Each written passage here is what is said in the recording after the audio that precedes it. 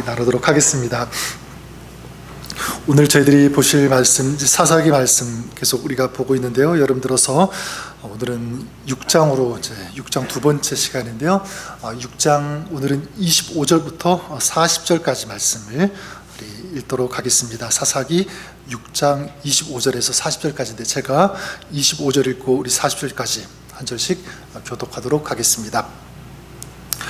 그날 밤에 여호와께서 기드온에게 이르시되 내 아버지에게 있는 수소 곧 7년 된 둘째 수소를 끌어오고 내 아버지에게 있는 바알의 제단을 헐며 그 곁에 아세라 상을 찍고 또 이 산성 꼭대기에 내 하나님 여호와를 위하여 규례대로 한 제단을 쌓고 그 둘째 수소를 잡아 내가 찍은 아세라 나무로 번제를 드릴지니라 하시니라. 이에 기드온이 종 10사람을 데리고 여호와께서 그에게 말씀하신 대로 행하되 그의 아버지의 가문과 그 성읍 사람들을 두려워함으로 이 일을 감히 낮에 행하지 못하고 밤에 행하니라.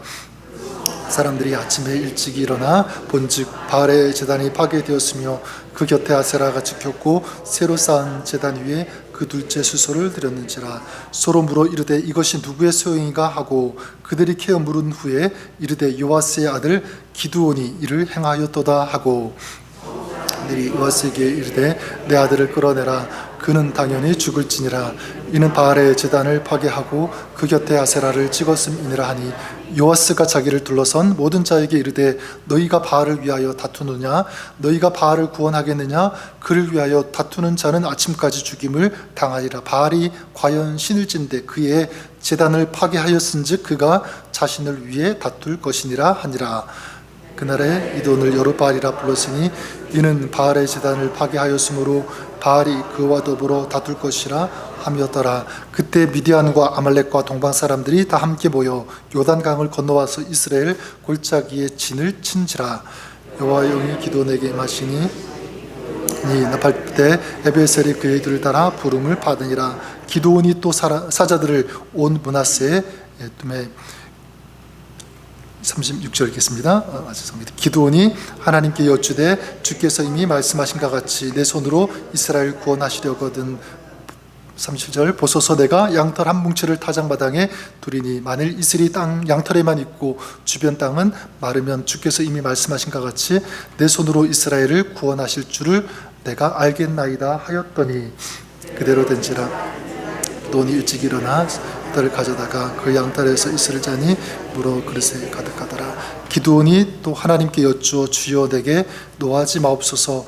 내가 이번만 말하리이다. 구하옵나니 내게 이번만 양털로 시험하게 하소서.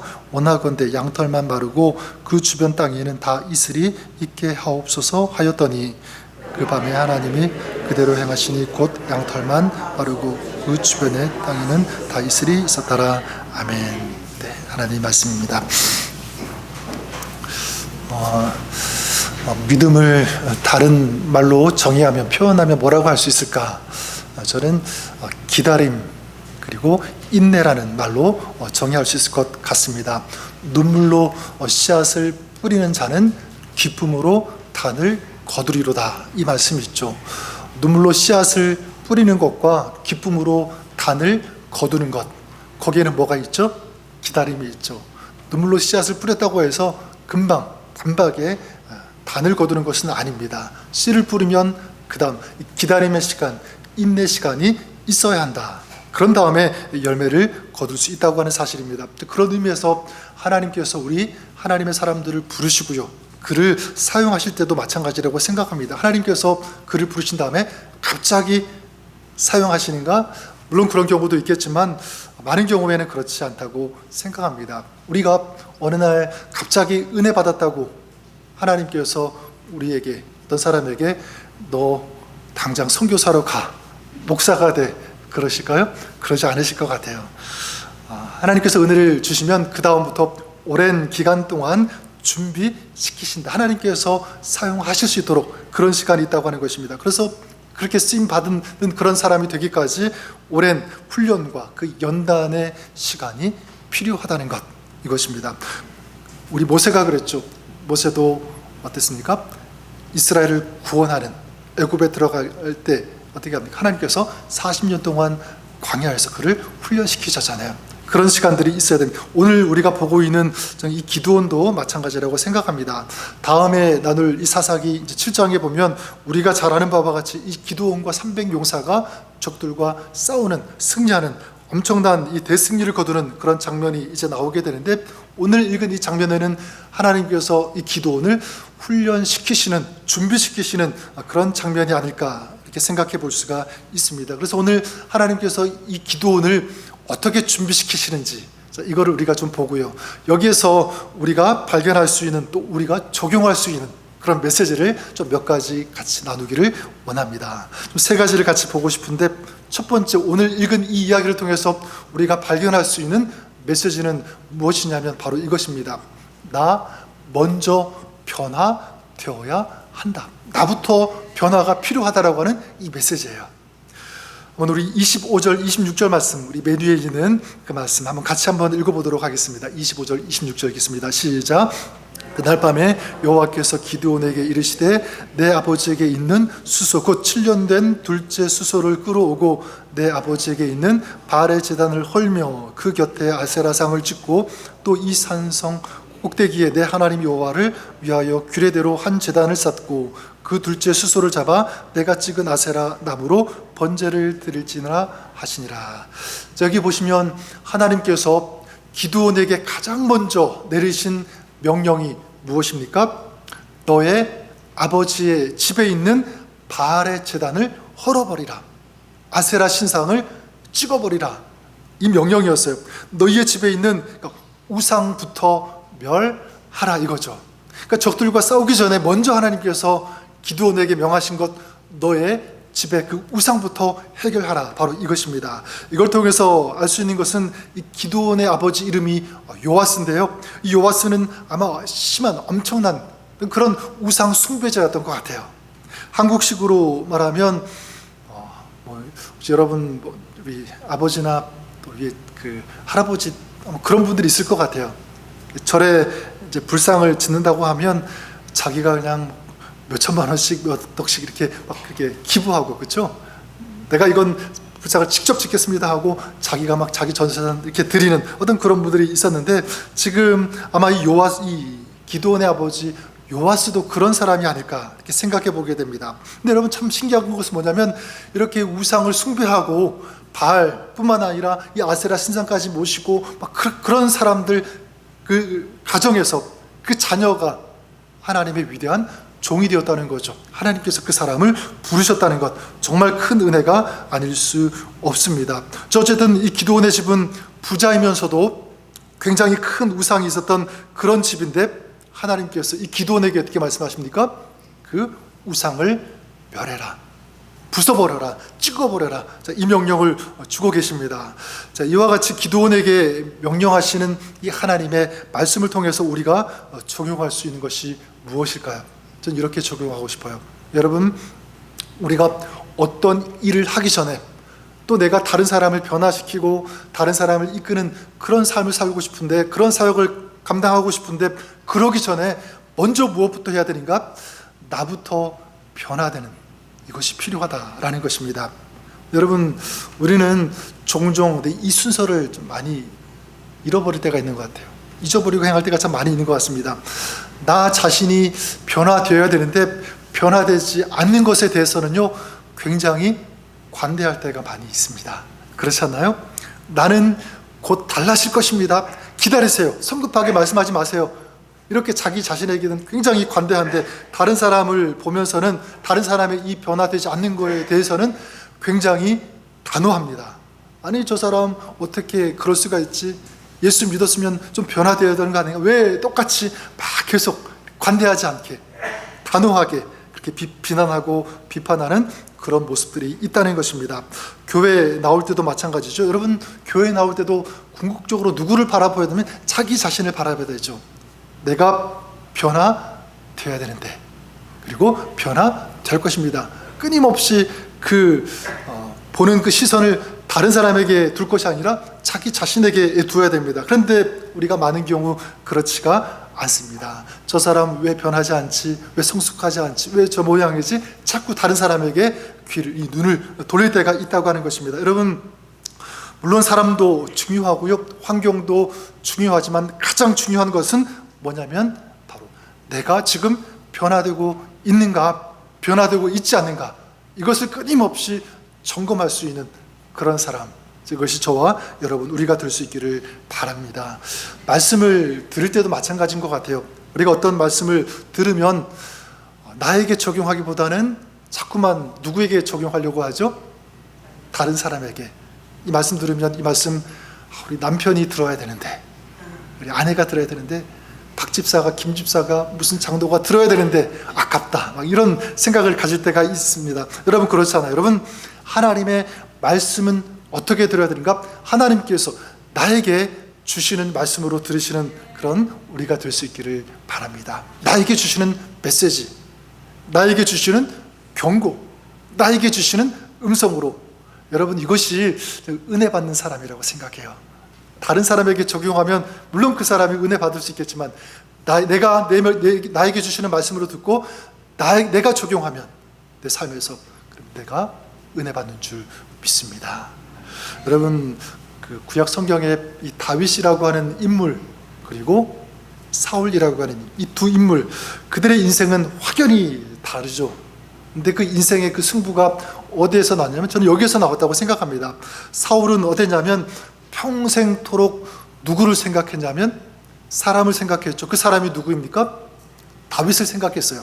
다윗을 상대하면서, 그러니까 다윗이 기쁘고 잘 되면 자기는 슬프고, 자꾸 이게 비교의식을 가지고, 다윗이 무너지고 안 되는 것 같으면 그것 때문에 기쁘고, 이런 것들. 그러니까 왕이면서도 평생 누구를 상대하면서 그 인생을 소진했습니까? 다윗을, 계속적으로 다윗을 쫓아다니고 죽이려고 다윗만 생각하는 거죠. 자, 그렇게 평생 사람을 의식하는 그런 인생이 되고 말았습니다. 처음에는 그러지 않았죠. 겸손하게 하나님께서 그 부르심에 순종해서 나아가는 그런 사람이었는데, 어느 순간부터 사람을 의식하고 사람을 쫓아다니는, 또 사람만 상대하는 그런 인생이 되었을 때 그의 인생의 결말은 굉장히 비참하게 끝이 났다는 것입니다. 자, 그런데 반대로 다윗은 그러지가 않죠. 다윗은 물론 사람 상대했어요. 사람 만났습니다. 하지만 그 마음 중심에는 누가 있었냐면, 또 누구를 바라보았냐면 하나님을 바라보았다고 믿습니다. 끊임없이 하나님을 상대하고 하나님을 찾았다. 그래서 이 다윗이 전쟁을 치르러 갈 때마다 계속 반복적으로 나오는 그 이야기, 말씀이 무엇입니까? 다윗이 어떻게 하죠? 하나님, 제가 이 전쟁에 참여해도 됩니까? 하지 말아야 합니까? 제가 올라갈까요? 어떻게 해야 할까요? 계속 하나님께 묻고 또 묻는, 계속 누구를 상대하는 거죠? 하나님을 상대했습니다. 그러니까 그의 인생을 보면 하나님 때문에 기뻐했고, 또 누구 때문에 두려워했습니까? 하나님 때문에 두려웠어요. 자기가 죄를 지었을 때 혹시라도 하나님께서 나를 버리시는 것이 아닐까, 이게 가장 큰 두려움이었습니다. 그랬더니 나중에 많은 대적이 밀려와도 어떻게 합니까? 다윗은 두려워하지 않죠. 천만인이 나를 둘러친다고 할지라도 나는 두려워하지 않습니다. 왜냐하면 하나님이 계시니까, 나는 하나님을 보고 있으니까, 하나님이 지켜줄 것을 나는 믿으니까, 이거예요. 그러니까 하나님 때문에 기뻐하고, 하나님을 경외하고, 하나님을 두려워하고, 하나님께 질문하고, 묻고, 구하고, 요청하고, 끊임없이 하나님과 동행하는 그런 사람, 이것이 다윗의 모습입니다. 저는 여러분 우리가 그럴 수 있기를 바랍니다. 그래서 말씀드리고 싶은 것은, 누구부터 변화되는 것이 중요하다? 나부터. 다른 사람 변화되는 것, 변화되지 않는 것 그렇게 신경 쓰지 마세요. 여러분, 자꾸 그것만 보면 자꾸 뭐가 이제 나오게 되냐면 비판의 칼날이 이제 앞서게 되는 거죠. 왜 저렇지? 왜 저렇지? 이런 식으로.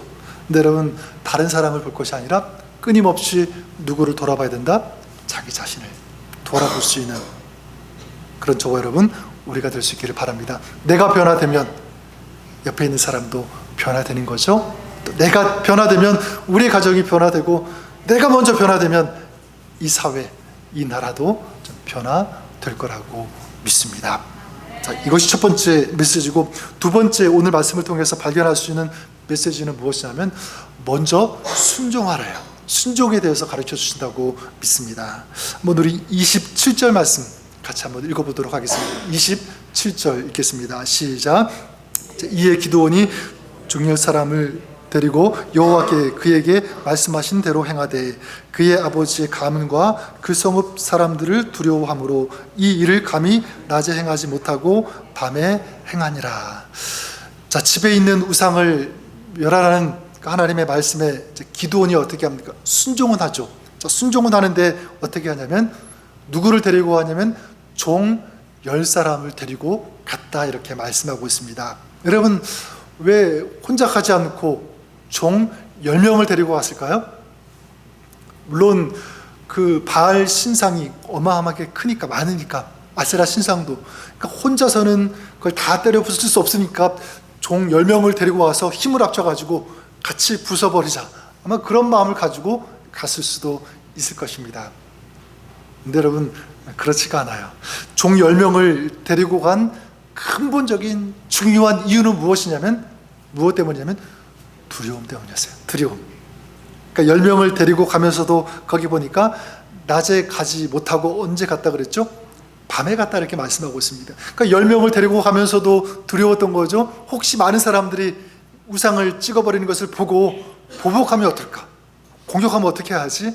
이런 두려움이 앞섰던 거죠. 그래서 밤에 몰래 찾아갔습니다.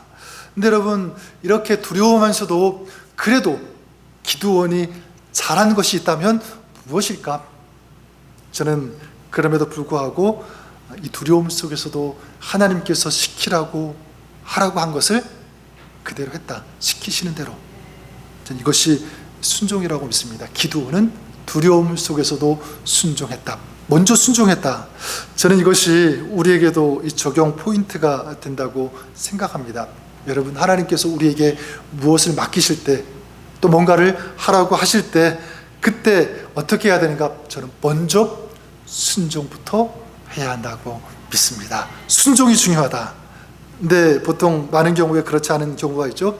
하나님께서 뭐라고 하라고 하시면, 또 시키시면, 아니에요 하나님, 저는 아직 준비가 되지 않았습니다. 그렇게 말할 때가 있다는 거죠.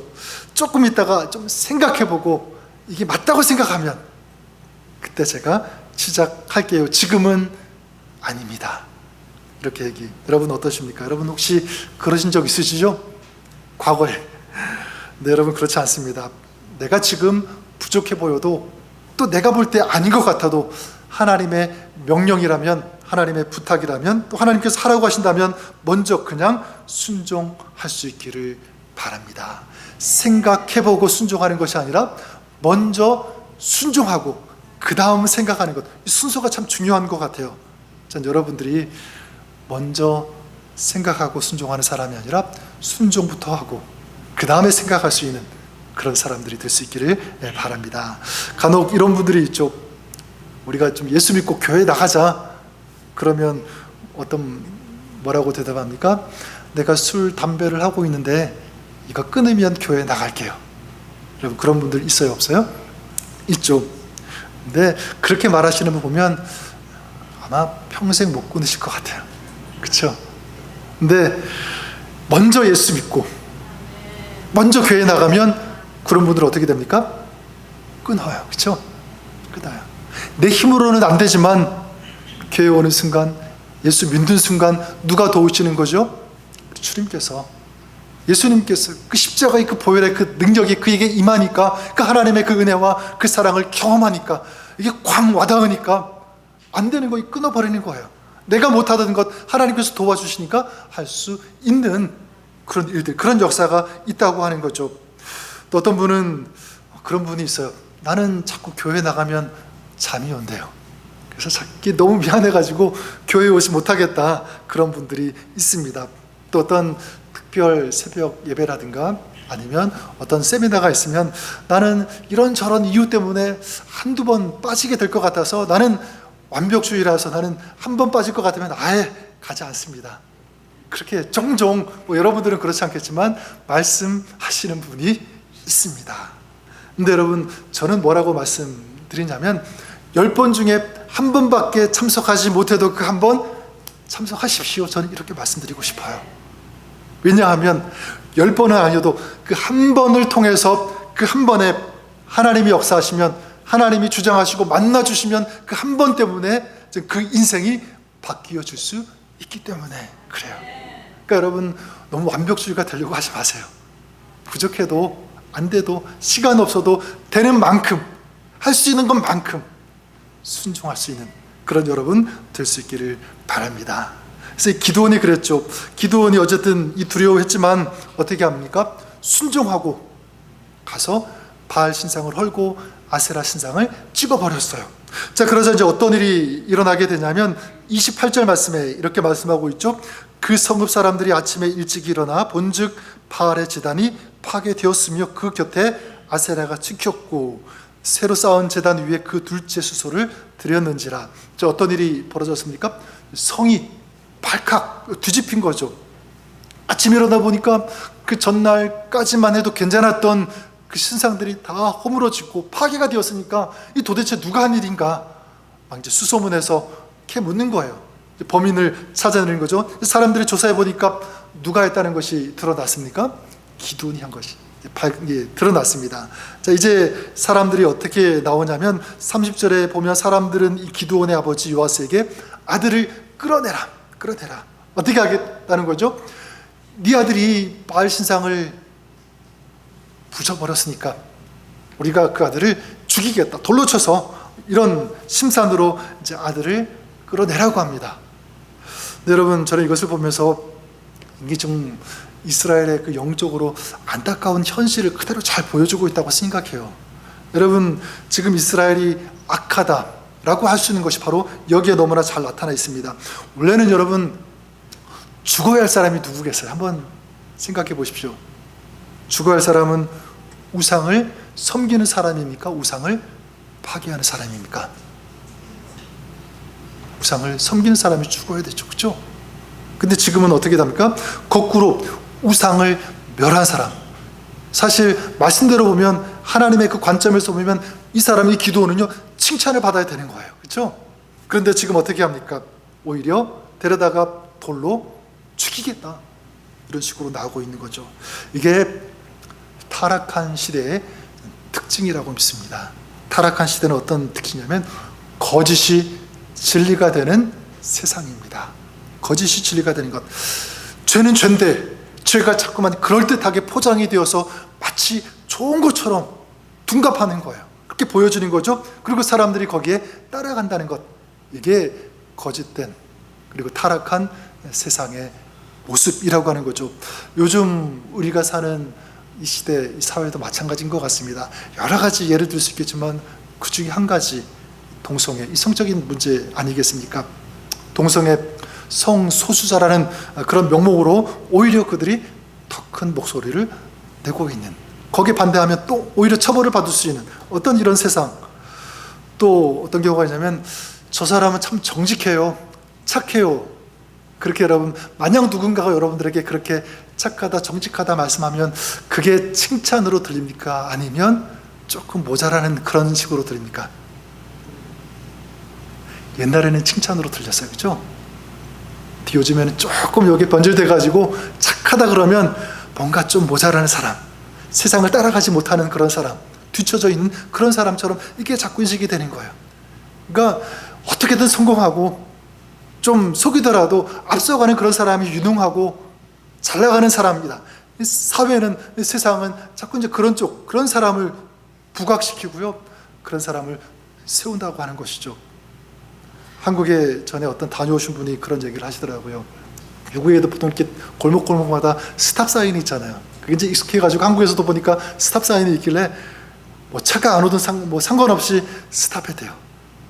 하나, 둘, 셋, 그분은 네, 4까지 세시고 이제 출발을 했는데, 그 출발했더니 갑자기 뒤에서 차가 빵빵거리면서 막 뭐라고 소리를 지르더래요.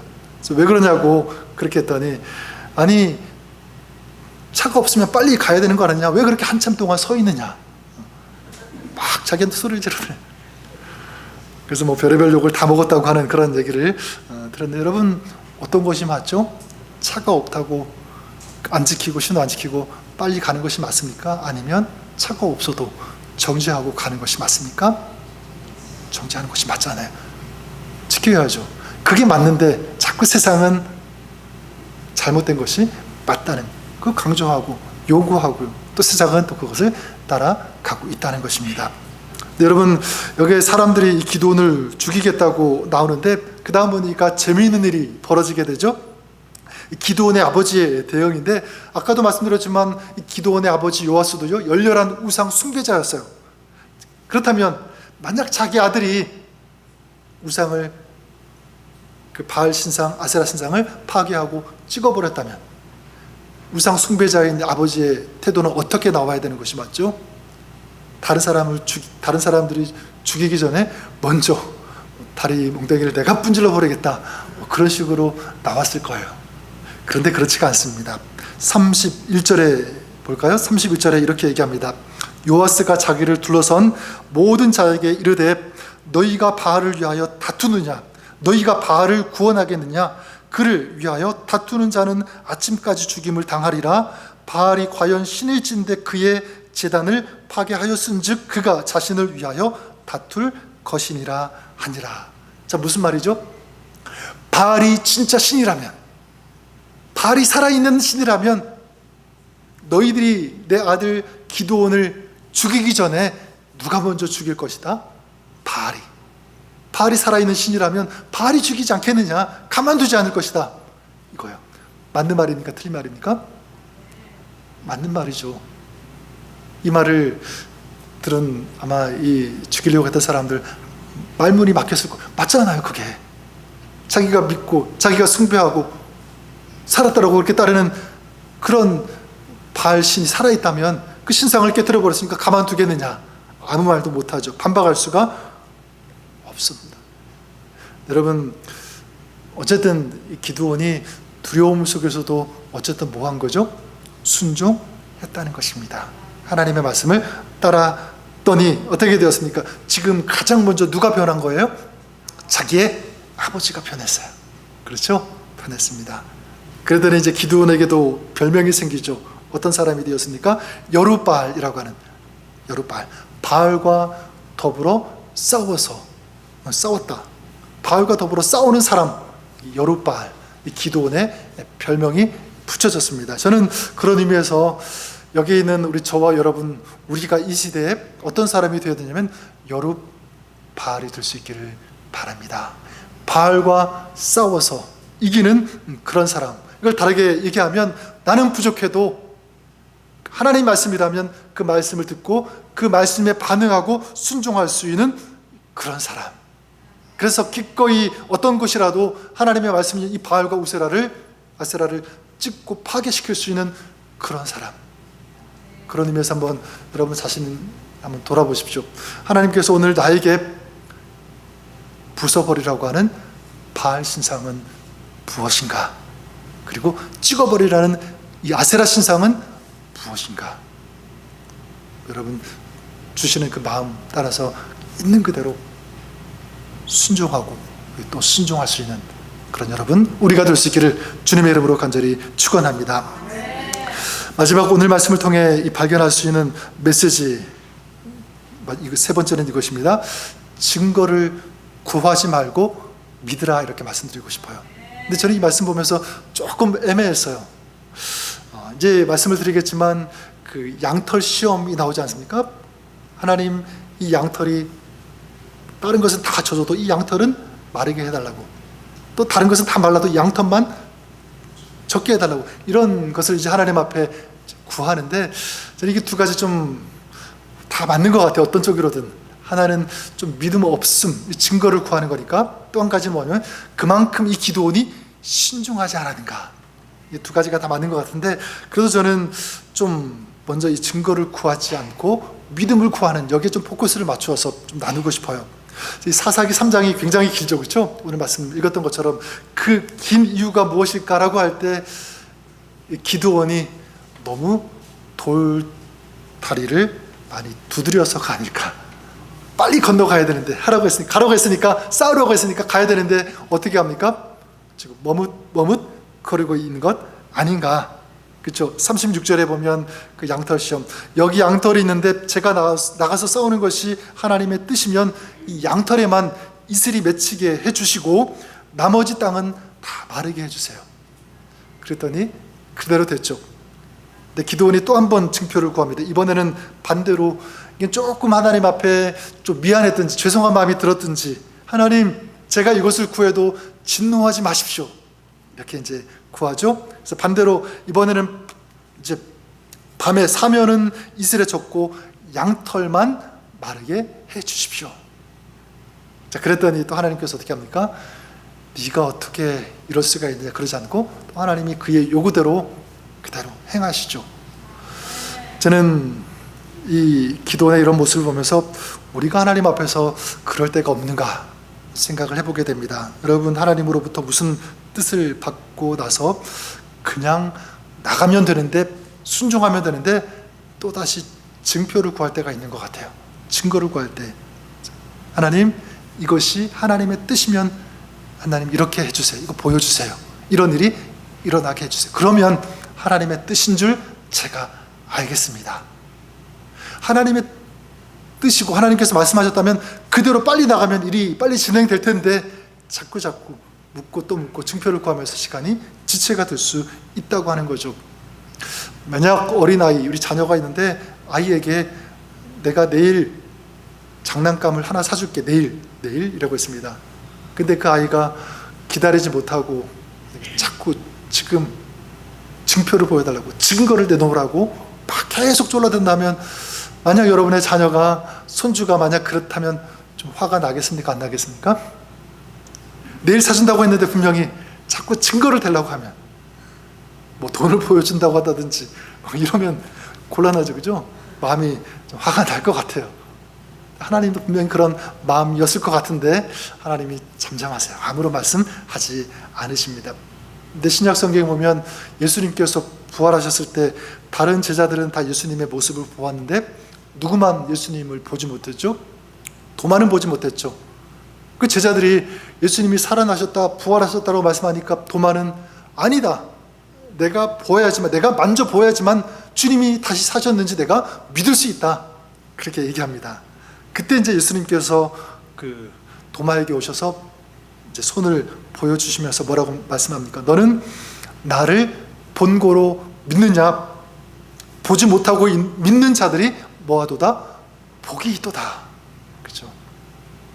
그러니까 지금 도마는 증거를 요구하고 있죠. 증거를 찾았어요. 근데 예수님의 그 접근 방법은 무엇입니까? 증거가 아니라 믿음을 보신 거예요. 믿는 자들, 보지 못하고 믿는 자들이 복이 있다. 여러분, 성경은 또 예수님은, 하나님의 말씀은 우리에게 끊임없이 뭐를 요구하시냐면 증거가 아니라 믿음이다. 믿음이 먼저다. 그래 여러분, 믿음의 사람은 증거를 찾는 사람이 아니라 순종할 것을 찾는 사람인 줄 믿습니다. 순종할 이유를 찾는 사람이 아니라 어떻게 하면 내가 더 잘 순종할 수 있는가, 이 방법을 찾는 사람. 여러분, 우리는 이미 엄청난 표징, 증거를 좀 받은 사람들이라고 생각해요. 나 같은 사람이 예수 믿은 거 엄청난 큰 증거 아닙니까? 내가 구원받은 것, 내가 은혜 받은 것, 이 모든 것이 정말 큰 증거예요. 지금도 하나님께서 나를 붙잡고 계신다라고 하는 이 말씀, 얼마나 큰 증거입니까? 저는 우리가 다시 한번 말씀드리지만 증거를 구하는 신앙이 아니라 하나님의 약속에 말씀을 붙들고 그리고 순종하며 앞으로 나아가는, 전진하는 그런 신앙, 이것이 우리의 신앙 될 수 있기를 바랍니다. 그래서 하나님, 오늘 내가 순종할 것이 무엇입니까? 이걸 기도하는 거죠. 왜 순종해야 되죠? 이렇게 기도하는 것이 아니라, 묻는 사람이 아니라, 하나님, 제가 순종할 것이 무엇입니까? 어떻게 할까요? 어떻게 하면 하나님 또 기뻐하실까요? 이걸 묻고 찾으면서 이렇게 순종하며 살아가시는 우리 저와 여러분, 우리가 될 수 있기를 바랍니다. 오늘 세 가지 말씀드렸는데 세 가지 꼭 기억했으면 좋겠습니다. 여러분, 다른 사람의 변화보다 먼저 누구의 변화부터 힘써야 된다? 나 자신의 변화. 그리고 나는 부족하더라도 먼저 뭐 해야 된다? 순종할 수 있어야 한다. 그리고 증거와 표징을 구하는 신앙이 아니라 무엇을 가지고? 하나님의 약속을 믿는 믿음을 가지고 사는 사람. 이것이 오늘 우리의 신앙, 우리의 삶이 될 수 있기를 주님의 이름으로 간절히 축원합니다. 한번 기도하겠습니다. 하나님 아버지, 오늘 기도를 통해서 우리 세 가지를 같이 나누었습니다. 이 말씀이 오늘 이 시대를 살아가는 저희들을 향한 주님의 말씀으로 우리가 받게 하여 주시옵소서. 나 자신의 변화를 끊임없이 추구하면서 점검하면서 나 자신을 돌아보는, 그래서 진정한 성숙과 아름다운 영적인 성장을 이루어갈 수 있는 저희가 되게 하시고, 부족하지만 순종 먼저 할 수 있는 그런 사람 되기를 원합니다. 증거가 없어도 이미 내가 받은 증거, 이거 하나만, 또 우리에게 주시는 하나님의 약속의 말씀, 이것이 가장 강력한 증거임을 우리가 알고 붙들고 믿음으로 순종하며 믿음의 삶을 살아가는 저희들의 가정, 우리 교회, 모든 공동체 되게 하여 주시옵소서. 예수님의 이름으로 기도드립니다. 아멘.